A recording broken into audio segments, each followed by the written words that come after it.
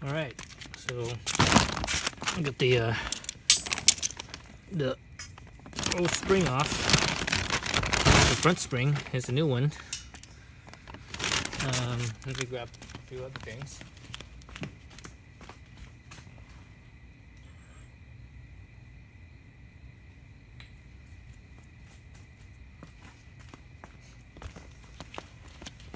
Here's the original. So this is the front spring, right? So this is the original bump stop. This is the new one, a little bit shorter.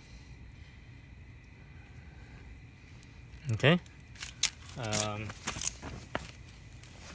Let's measure the difference in the height of the spring. So let's see.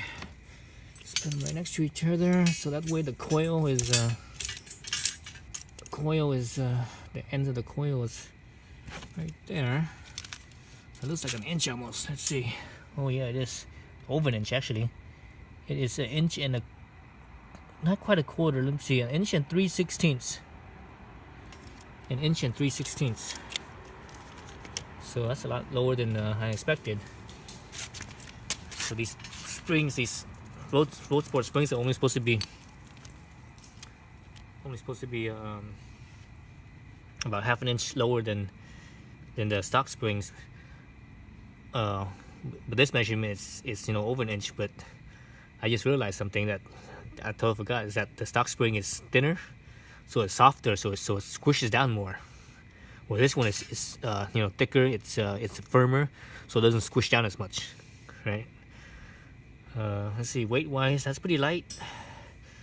That one is, oh, it's not that much difference. This one's a little bit heavier, but it's not like the rear though. The rear felt like it was like double the weight. Well, this one, it felt like this thing feels like it's 50% heavier.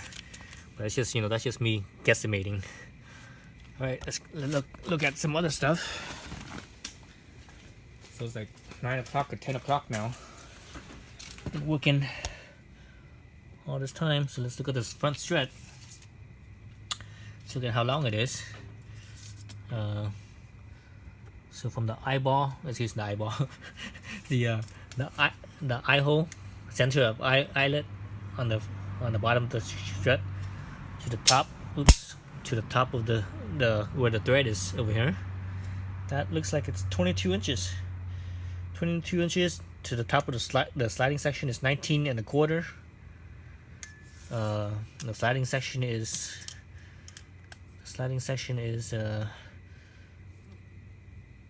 just over 4 3/4. So just call it 4 3/4. Okay. So the back one was 7 inches. This one's only 4 3/4. So almost, that's almost 5 inches. So basically, over 2 inches longer stroke in the back than it is the front. All right, so that's the measurement.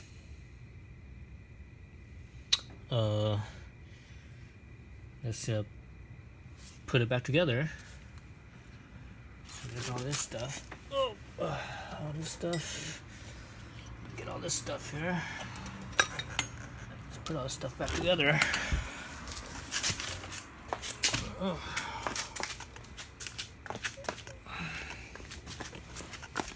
Okay. All right. Okay. Oh shit. She can go this direction. Here. Okay, so here's the other parts.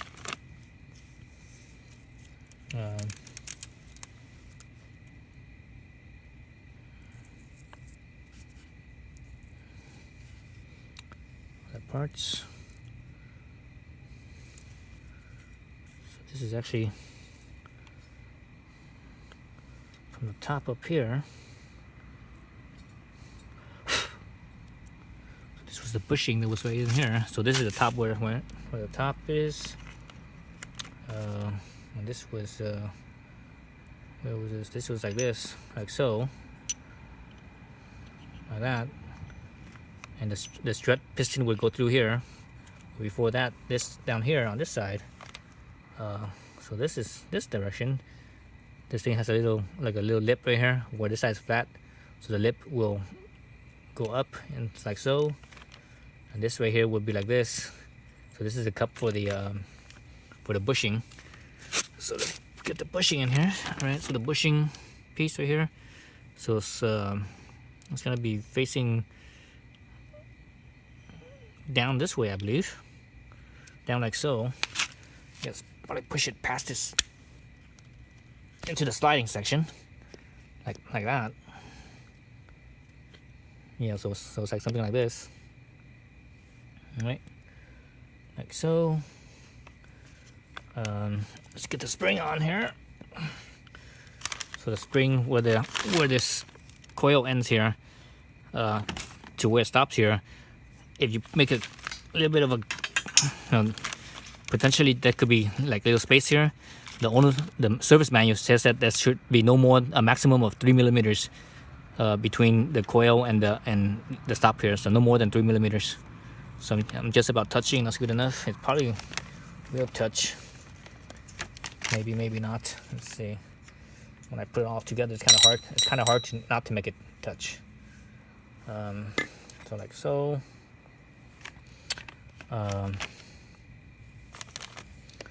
Let me get some of this stuff started in there. So this is in like that. All right, so that cups the.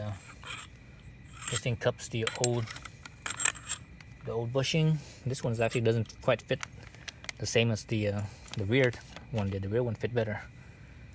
This is in this way. Got a little spacer here. This little spacer goes like this. And yeah, now we need to put this boot on here. This dust boot basically. It's basically a dust boot. Protects the piston. Okay, now that's in. I have my little spacer, right? So that spacer will slide through here, like so.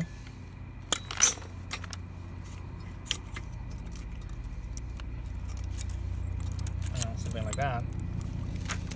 Set the thing upright. It's kind of odd. It's kind of odd to have it seated and not upright. That's interesting. This thing, the spring angle of the spring here doesn't match the angle of the shock. The rear one did, but this one doesn't.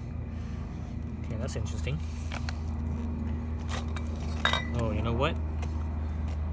I see. Yeah, this thing right here is kind of irregular right here. There's like a kink right here. I wonder how that happened. I don't see any impact. I don't see an impact on it, so I guess it was made that way. You guys can see that? Oops, it's too high there. So see this section right here where it's not completely smooth at a straight angle. So with my spring in here, it doesn't actually reach. It's like it doesn't sit. It doesn't sit. It's not seated. Except with that. That's Bilstein right there. Yeah, I don't see any. I guess it doesn't.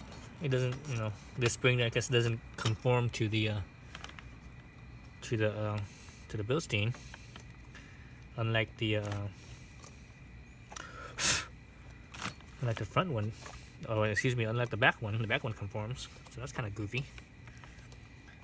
Okay. Oops. Here.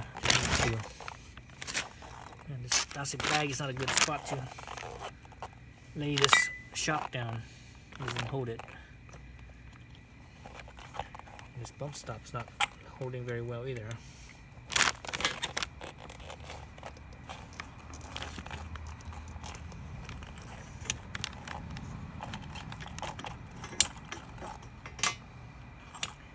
And that's kind of goofy right there. I don't like that. I wonder how the stock one. I wonder how the stock one fits.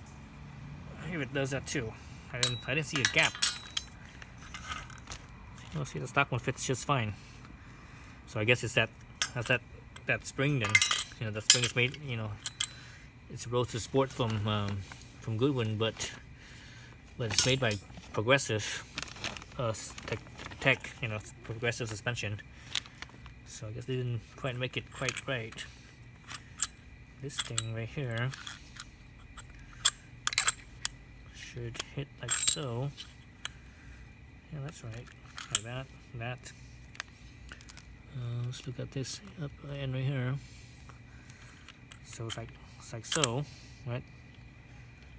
This right here is like that. This washers right here, like so. Now this is in like this. Let's get the spring. Drop the spring back in here.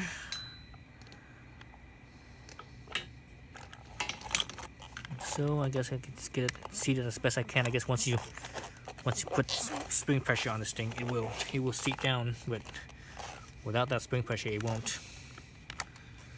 So let's just push it down by hand, just for a brief moment. I think I'm gonna have to use some. I might have to use some spring compressor to push this all the way in, or push it all the way down, I should say. So this will fit in here like so.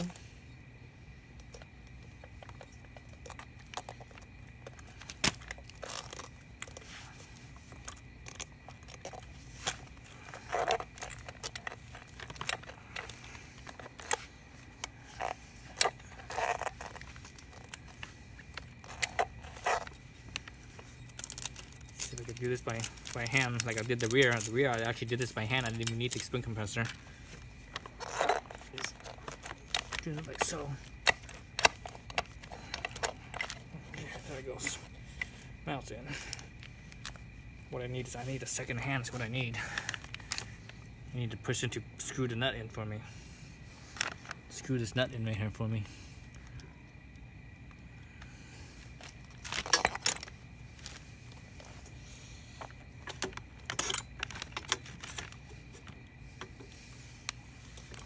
So I could push it down by hand, but I need someone to screw the nut in. I want to hold it. I want to hold it with one hand. Why I spin it on with the other hand.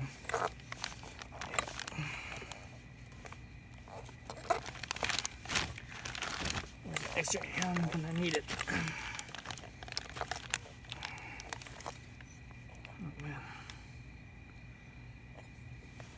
I'm like right there too. Man, I'm like right there too. Okay, well, I guess I'll have to find an extra hand or I use the spring compressor. I don't want to use the spring compressor. That thing's a pain in the butt. And it scratches the spring too. On one of the rears, I did it without the spring compressor. But the first one I did, I actually used the spring compressor, and man, it scratched the shit out of my springs. And actually, I don't even really care if it gets scratched. What I did care about is the spot. There was a couple spots where it was deep enough where it chipped the paint off. But the second one I did without it because the spring was shorter and the piston was able to reach. Okay, I'm gonna see if I can get a hand or something, figure something out. That'll be on the next video.